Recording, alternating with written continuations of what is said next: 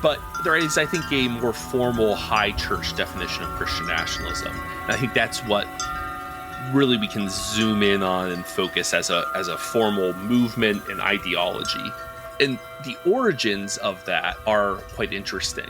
But before I get to the origins, there's like, what are we talking about by high Christian nationalism? It's the movement or an ideology, the goal of which is the construction of an ethno-state that's defined by a civilizational understanding of Christianity rather than a personal faith conception per se. So the goal is the creation of a state run by Christians that offers protection and services for Christians. That was Paul Matzko, Senior Program Manager for AI and Emerging Technology at the Institute for Humane Studies, George Mason University. He is also an adjunct scholar at the Cato Institute and host of the Unintended Consequences podcast. I interviewed Paul for the first season of Telling Jefferson Lies and wanted to continue talking to him about Christian nationalism in a historical perspective. Specifically, I wanted to ask Paul to define Christian nationalism and if it has ever worked anywhere before in history. Today, in part one of my interview with Paul, we discuss definitions and history of the concept of Christian nationalism. Next week, in the conclusion, Paul talks about the second part of my question: has Christian nationalism ever worked?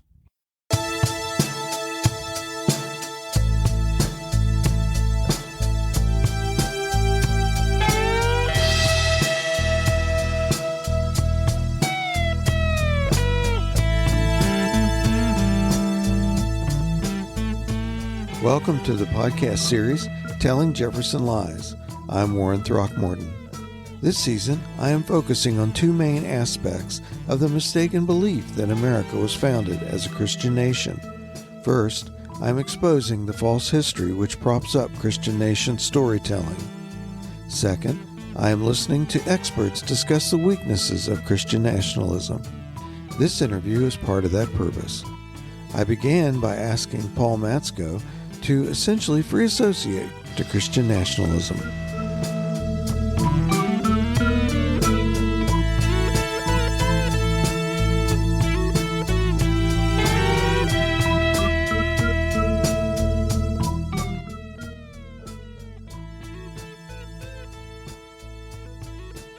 Speaking of not stand-up guys, let's talk about Christian nationalism. Who wants to stand over everybody? When you think about that, I got some specific questions, but when you think about that right now, like what's the first thing that comes to your mind? Well, there's the conversation about Christian nationalism that, is happening on the national stage, like among national reporters for major publications. And then there's a conversation about Christian nationalism going on, I think, within evangelical churches. And those two conversations sometimes intersect in surprising ways over what's happening in Oklahoma with the superintendent of education, what's happening with Mike Johnson's Jefferson prayer. So every now and again, they'll intersect, but a lot of times these are two very different conversations going on. And they have, I think what I'm struck by is the extent to which they operate from different definitions of what Christian nationalism is and what it means. And so, yeah, I mean, it gets back to this question, like what do we mean when we criticize Christian nationalism? What does Christian nationalism mean when people claim it for themselves? And that's all over the place. There is no set definition. And so there can be we can maybe use the terminology of low church, high church, like there's a low and a high definition of Christian nationalism. Some folks, both critics and advocates, all they mean by Christian nationalism is that they want their nation to reflect Christian values, Christian mores, and that can be really diffuse. By that definition, almost every Christian is a Christian nationalist. People who are both conservative and liberal. You can make an argument that Martin Luther King Jr. was a Christian nationalist by that definition. He wanted a society marked by justice and defined by a biblical sense. But it would also apply to people, Jerry Falwell and people in the New Christian Right. So in that maximalist or actually low definition of Christian nationalism, it's a very amorphous, diffuse, and complicated phenomenon. But there is, I think, a more formal high church definition of Christian nationalism. And I think that's what really we can zoom in on and focus as a formal movement and ideology. And the origins of that are quite interesting. But before I get to the origins, there's like, what are we talking about by high Christian nationalism? It's the movement or an ideology, the goal of which is the construction of an ethno-state that's defined by a civilizational understanding of Christianity rather than a personal faith conception per se. So the goal is the creation of a state run by Christians, that offers protection and services for Christians, but that Christianity here is more of a culture rather than a lived faith per se. And it's syncretistic. So that's another way of saying civilizational. It's not as if there's going to be a formal theology that's imposed on everyone. It's a set of derived principles that everyone is supposed to, or practices that everyone's supposed to conform to or apply to. I mean, because at the end of the day, they realize, I think the Christian nationalists realize this, they can't affect the heart of the citizens of this Christian nation, but they can control their outward behavior. And that's fine. They're fine with that. At the end of the day, they're okay as long as Christians are in power and exercising that power. So it's a state run by Christians for Christians, I think, in its simplest definition. And that makes sense when you realize where the term comes from. So if you do a Google Ngram search, Christian nationalism is popularized in the 1970s. It's a pretty new term. We can say the concept is older, but the term is new. And it came out of colonial and post-colonial, anti-colonial discourse. It was initially thought of as a way of criticizing colonial efforts to impose Christianity on subject populations. And again, it wasn't Christianity necessarily as a faith. It was the external form. It was Christian civilizational norms being imposed. And that applied everywhere from India to Egypt. It was also then seen as a corollary, as an opposite, a counter to things like Arab nationalism. So there were these nationalism movements in the post-World War II, early Cold War era. And so as a foil to those movements, there was the colonial effort to impose a Christian nationalism. The clearest example, you can find a lot of books from the 1970s discussing this, was what they called Christian nationalism, which was really a description of South African apartheid. So a lot of the terminology comes out of South Africa. It was an effort to Black South Africans who were split up into different tribes, different peoples, to forge them into a more unified whole and to subject them to the will and purpose and aims of a white-controlled state. So there was a thing called the Eshelman Commission, which was in the 60s and 70s. They were like, how do we create this subjugated, segregated Black population, but that is united to the goals of a white supremacist-defined South African state? Well, how do we do that? Well, we should create a system of public schools with, quote, a definite Christian character, instructs only in English or Afrikaans, and the goal was to promote a modern progressive culture. One official put it this way. They said, our warrant is to be apostles of assimilation. The native wishes to stop being a kafir, which is in Afrikaans, that's the N-word, and to become, quote, a man. So you get the goal here. The goal is, yes, notionally Christian, but they're talking about Christian character, but the real goal was to create a segregated ethno-state dominated by Christian Afrikaans politicians and the cultural elite, and then an underclass. Christianity was meant to keep them subservient and deferential to the state and its interests. Interestingly, from a Christian perspective, this was seen as necessary. This be a public school, a state project in opposition to the large network of independent missionary-run schools that actually had a more egalitarian ethic. So it needed to be taken over and centralized by the state because these missionary schools were undermining kind of the segregationist apartheid order, which is... So the missionary schools were segregated. They had Black and white students, you're saying? They were integrated largely. Or integrated, yeah. Yeah, but there weren't that many white students. They were mostly white missionaries from Great Britain, from the Netherlands, from South Africa, but their student bodies were mostly Black, but they were telling them kind of an egalitarian message, teaching them in their local languages, not forcing them to learn Afrikaans or English, teaching them, which is interesting. This goes back to an old history of, in the 18th and 19th centuries, clashes between sometimes individual missionaries and colonial authorities, or plantation masters over what valence to give Christianity and the gospel. Was it a liberatory message, or was it a subjugatory message? And so it's an echo of that. This is 40 years ago, not that long ago. So it's interesting. So it's in a global colonial context that the concept of Christian nationalism is coined and kind of popularized. And then by the late 1970s, essentially observers in the academy say, hey, that thing we're describing taking place in South Africa during apartheid, in, British occupied India a generation ago, that looks awful lot like what these new Christian right figures like Jerry Falwell are promoting in the United States now. And so that's where the concept comes from. So I think you can see there, it's more than just, hey, I'm a person of faith. I love my country. I want my country to share my values. It's a bigger and broader project than that when we talk about formal Christian nationalism. Okay, well, now, how about a guy like Gerald Smith? Gerald, I think it was L.K. Smith. He did use the term Christian nationalism in these, I guess, 30s, 40s, yeah. And so forth. He had something a little different in mind, I think. Is that right? Is that your understanding of his work or his ideas? Yeah, that's right. And there are precursors to this, but it's kind of not in broader scholarly usage until a later period. But yeah, there are, Smith would definitely have called himself a Christian nationalist and use that. Of course, by that he meant something very particular, which was Christian nationalism meant being anti-Semitic, opposed to Semitism. And of course, at the time, it also, this 1930s and 40s, we're still in the anti-Catholic panic mode. So being opposed to Jews and also opposed to Catholic immigrants, all of this was part and parcel of the Christian nationalist project. So there again, it's like, yes, it's a matter of faith and religion, but it was immediately tied to the construction of a society that was bounded against new entrants. Jewish and Catholic immigrants are not welcome. So there was a civilizational project there too, not just a matter of personal faith. Yeah. Well, and I mean, that was a big part of, it seems to me, the America First concept was associated with that. I wanted to talk about immigration some.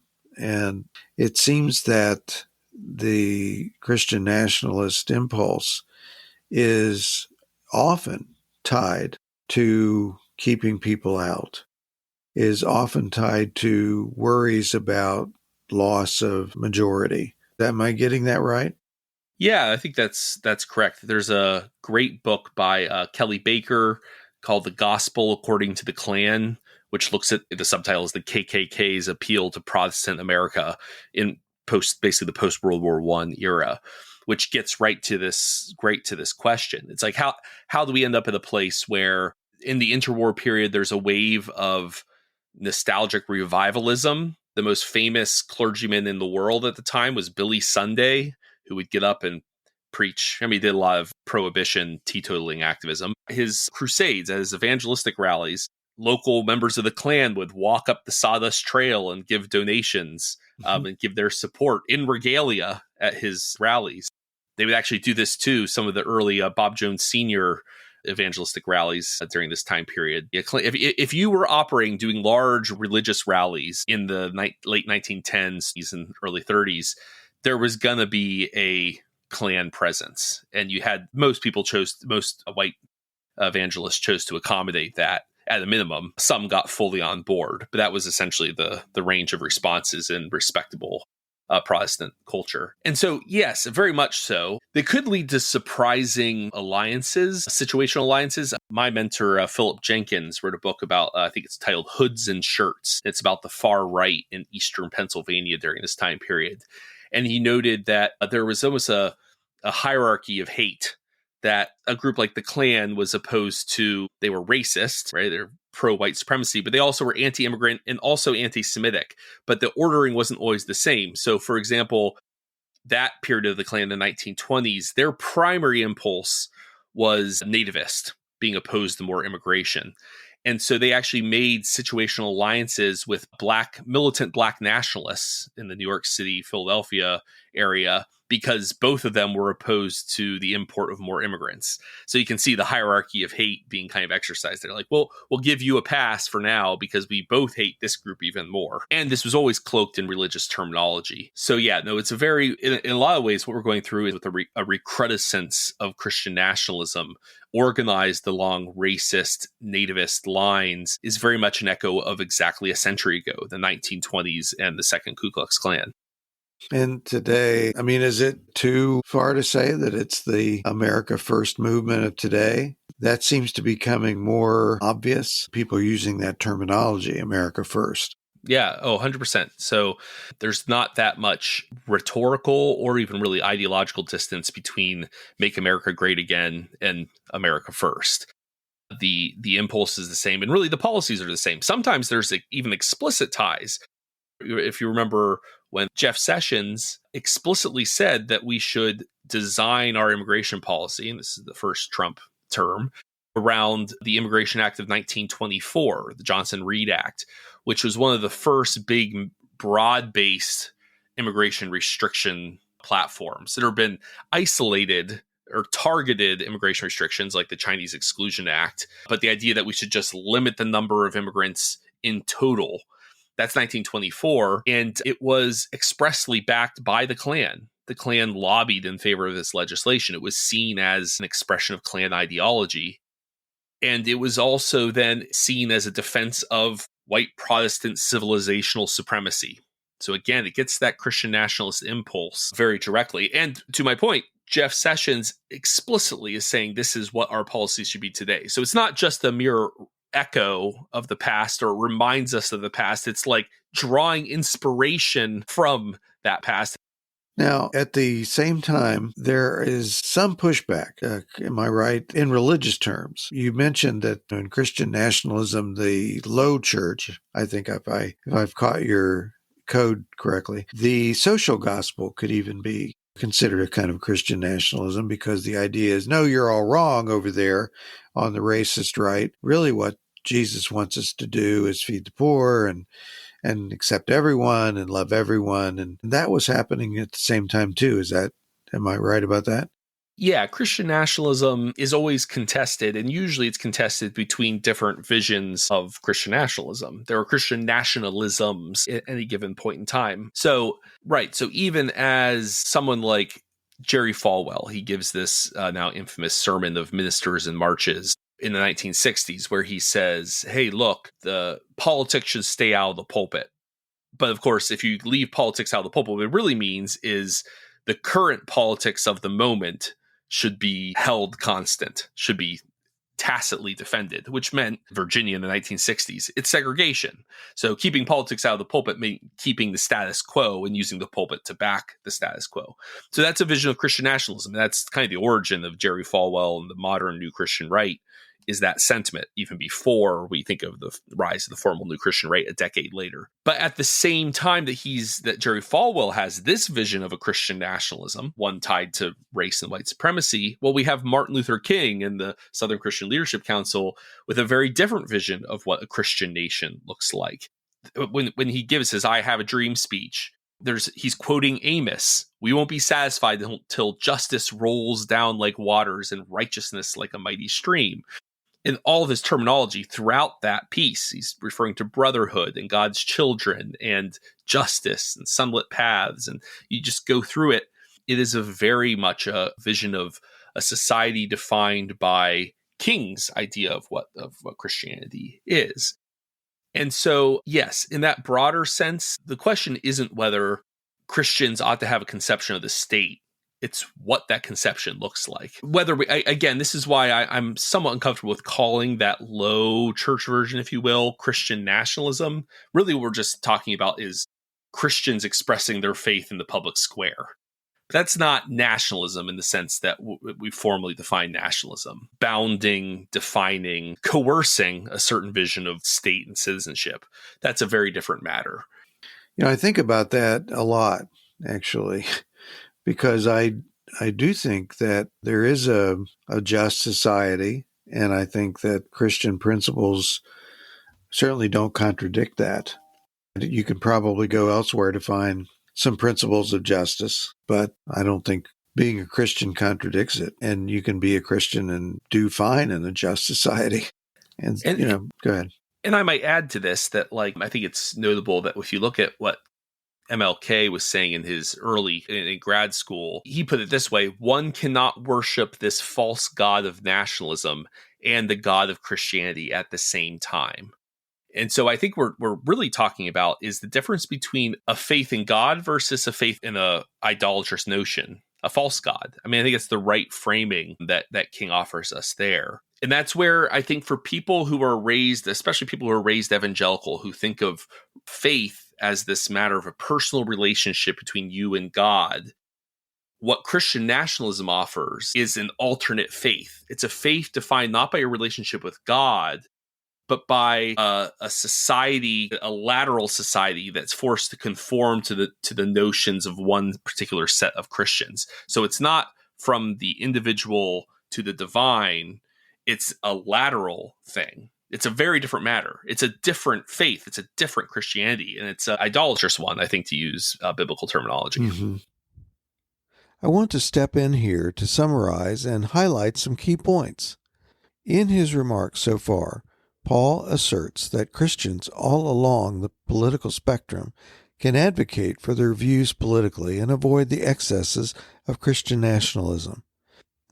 A key distinction which distinguishes Christian nationalism from Christian engagement is that Christian nationalism solicits government to favor Christianity over other religions. Currently, the Christianity of Christian nationalism in the United States is conservative evangelical, with a focus on a few social issues. As I see it, support for President Trump and his policies is the dividing line.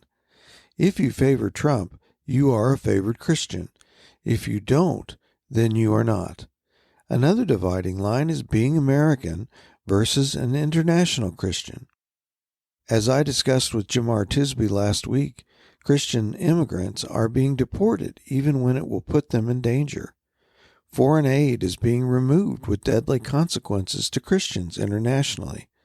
Right now, American Christian nationalism is all about the government favoring American Christians who support Trump. Because the dominant approach to Christian nationalism now is a nativist white evangelical strain, I asked Paul about the possibility of a left-leaning Christian nationalism. Are there examples of Christian nationalism on the left? Historically, social gospel supporters in the early 20th century wanted the U.S. to usher in the kingdom of God. But is there anyone advocating that now? I began by asking about reparations for descendants of enslaved Africans in the U.S. Is that an example of a left-leaning Christian nationalist type policy? Just to anticipate Paul's answer, and to make it clear what my belief is, the answer is no. It's just fairness. To that direct point, it matters essentially whether there is a secular reason and application of a policy. So a good example, and this gets back to older debates that have been going on for centuries, millennia, really, about the difference between the first and second tables of the Ten Commandments. We can unpack that in a bit. But it matters. So the idea of, in this case, making up for the wrongs done to Black Americans, whether we call that reparations or whatever, or just giving them their rights, they're giving them their civil rights. That's a thing you're doing, not even if your motivation is motivated. I mean, in King's case, it's motivated in part by his religious faith. It doesn't have to be motivated by a religious faith. Like, right. People could support that for a secular reason. The policy itself is also, it's not going only to religious Black Americans. The policy itself is, if you will, agnostic in application. So it's not, yes, it propels King to action, his faith, his idea of a Christian nation, but it is not only by and only for fellow Christians. Mm-hmm. So I think that distinguishes it from formal Christian nationalism. Formal Christian nationalism would say, hey, you can imagine some right-wing Christian nationalists saying, well, look, the public schools are hostile to the Christian faith as I understand it, and therefore the state should force everyone else to give me reparations, give me and my community. But it's a policy enacted by and for an express religious community, as opposed to a policy that's broad-based and applies to everyone. Mm-hmm. That's different from saying, hey, an entire community of people of my faith and not of my faith are having their rights violated by the state. And so the state should, in a broad-based, non-religious targeted way, make redress. So Right. so I do think that's different. Yeah. Well, I wanted to hear you talk that out because you hear things like that. You hear people complain, well, the left just wants it their way and they're using the state power to get it. We can make that distinction if we want to use that to something that's kind of like in the news a lot. So take that example. Let's say you're a conservative evangelical American and you have concerns about the public school system teaching things that are contrary to your faith and to your family values. Look, it's not only conservative evangelicals who have concerns about the public school system teaching values contrary to their family tradition, their values, and their faith, but that's a very common one. Well, what would be more Christian nationalist, if you will, would be to say, well, the state should therefore, explicitly give money only to schools backed by fellow evangelicals like me. Church-run schools explicitly and only should be, right? There's a big difference between that, though, and saying, well, look, the state should give everyone, not just fellow Christians like me, everyone in the state who pays taxes should receive some sort of rebate and voucher that allows them to go to the school of their choice. Now, you can disagree with that on the policy merits, right? That's a fine, regular policy disagreement. But that would not be Christian nationalist because it's something that's broad-based and not explicitly targeted by and for a particular religious community. Yeah. And that's a meaningful distinction. Can you think of anything that left or liberal Christianity is trying to get the state to do, to make everybody do? I mean, I'm thinking, bake cakes, gay cakes, or bathrooms. I'm just trying to think of issues because I can easily think of what America First wants me to do and wants everybody to do. I have a hard time. I can't think of what, left-leaning Christian nationalists, if there are any, want the state to force me to do. Can you think of anything like that? It's a tough question. What I think of is Jimmy Carter saying any government that calls itself Christian needs to feed the poor. And I don't know, he's got 2 or 3 other things too that he said. That's rhetorically, that's a great line. But, he's in the minority of Christians who want the government to do that. Is that an example of left of center Christian nationalism? Is when you, because of your religion, you go to Congress and you say, my faith tells me to pass legislation to feed the poor.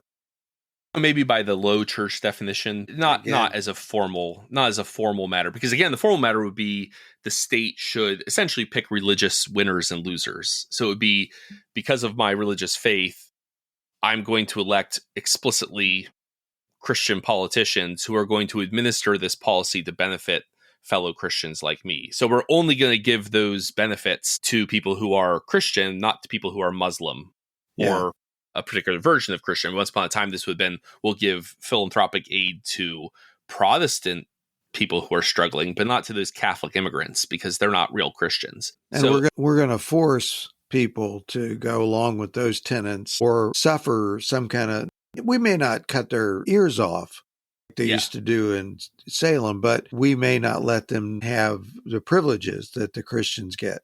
Exactly. Well, and so there is, so if you consider, this looks a little bit different. So when we say progressive today, or we mean something different than we would have meant in the 19th century. So there's some slippage here. But if you were a proper progressive, forward-thinking Protestant of the second half of the 19th century, you were someone who favored, say, women's suffrage, you favored abolitionism, you were a progressive. You absolutely would have favored the use of state power to target civilizational instruction at non-Protestants. So this gets into all the debates over a lot of the pressure for the rise of our formal public school system was to force Catholic immigrant children to learn kind of a more Protestant Christian civilizational understanding of their role and responsibility in American society, and to force beyond Catholics, Indians. They needed to be put in mandatory boarding schools, in part so they become less indigenous or explicitly indigenous looking, but also so that they become more Christianized and really Protestantized or civilizationally Christian. So that was very much a progressive project, not a conservative project at the time. You can think of other examples like the fights over what then Bible is allowed to be used in the school system. Do you use the Protestant version, the King James version? Do you use the Douay-Rheims Catholic version? All of that is very directly an expression of Christian nationalism coming from, broadly speaking, the left rather than the right. So you can imagine like the controversy over in Oklahoma over, I think, Ryan Walters, who wants to force every public school has to have a copy of the King James Version with attached founding documents in the classroom. That's not so different. That's a right-wing expression of Christian nationalism, but it is nearly identical in form to, in the 1870s, a bunch of left-coded progressive Protestant Christian nationalists saying every school has to have the King James Version and not that heretical, dangerous, anti-American Douay-Rheims version of the Bible. There's distinction. It's that, like, I don't think it's Christian nationalist to support just the creation of public schools. No, of course not. But not. in this case, it was very targeted. It was the schools are going to be the hierarchy of the schools, the teachers of the schools, they're going to be from this one religious group, and they're going to target and force a certain religious understanding on everyone who attends that school. And it's going to use state money to do so. That's what turns it into a Christian nationalist project. Again, important to jump in here to provide some expansion of terms. Progressive now and progressive in the 18th century mean two different things. Progressive now likely conjures up images of social and economic liberalism, whereas, as Paul said, progressive in the 19th century implied opposition to slavery, support for women's suffrage, and support for public education as a means to inculcate an American cultural mindset. Horace Mann is a great example, ardent abolitionist, ardent advocate for public schooling, and an ardent anti-Catholic who wanted to forcibly integrate Catholic immigrants via a mandated public schooling system. It's more complicated than that, but for our purposes, it is important to understand that today's Christian nationalists are deceptive when they say everybody in the 19th century wanted the Protestant Bible in public schools. That was controversial then for different reasons, but it was controversial nonetheless. Although the advocates of the Bible in schools in the 19th century were progressive on some issues, the point of having the Bible in schools is similar to advocates of the Bible in schools now, to conflate American and Christian identities and use the government to enforce the matter. In the 19th century, public school advocates wanted to Americanize Catholic immigrants, or at least let them know that America was a Protestant nation and they wouldn't be changing America with their immigrant ways. Now, there are similar xenophobic impulses. Proposals such as English-only education and using the Protestant version of the Ten Commandments are expressions of American Christian nationalism. The founders had ideas about public education which were not realized during their lives. Some, such as Thomas Jefferson, wanted no religious indoctrination, whereas others, such as Benjamin Rush, advocated for use of the Bible in schools. This debate continued throughout the nation's history. Since educational policy was a state and local matter, what schools did with religion in classrooms was highly dependent on state and local politics, and often changed with political winds. There wasn't any national policy. Some states eventually limited Bible reading in schools, and others required it. There's a long history of debates, court cases, and actual riots with fighting in the streets during the middle to latter portion of the 19th century over the Bible in schools and what kind of Bible to use. It roughly tracks with the growth of Catholicism in the United States. Paul's point about public schools being used to Americanize and Protestantize students didn't sit well with Catholics, and they revolted in many American cities from the 1840s through the 1880s. Then, Protestant campaigners warned Protestant parents about popery, whereas now Christian nationalists warn about secular humanism and transgenderism. In both cases, the fear-mongering about indoctrination is actually about another kind of indoctrination into Protestant Christianity. Today's Catholic Christian nationalists either don't know their history or believe the situation is different. One of the reasons the Supreme Court cases in the 1960s prohibiting teacher-led prayer and Bible reading in schools inflamed Christian nationalists was because it set national policy and favored the separation of Christianity and state.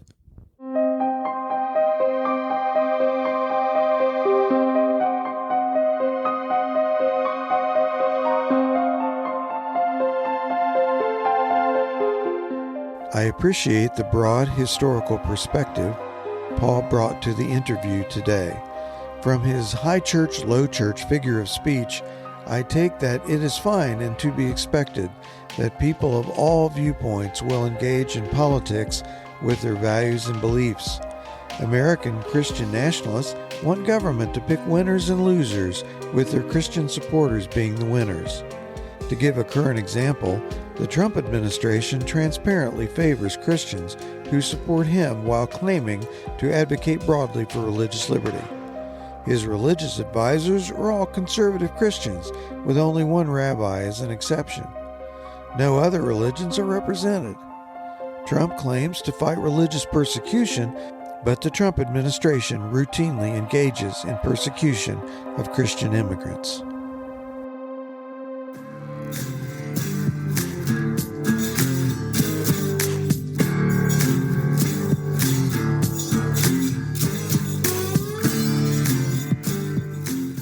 I again want to thank Paul Matzko for his time and expertise today. Next week, I will bring you the conclusion of my interview with Paul. In the remainder of our discussion, Paul addresses my questions about what's wrong with Christian nationalism and whether it has ever worked. Please follow the podcast and share it with your friends. Music today was provided by Earl's Taco Shack, Dustin Blatnik, and Jonus Fair. Thanks for all the great reviews and ratings, and as always, thanks for listening.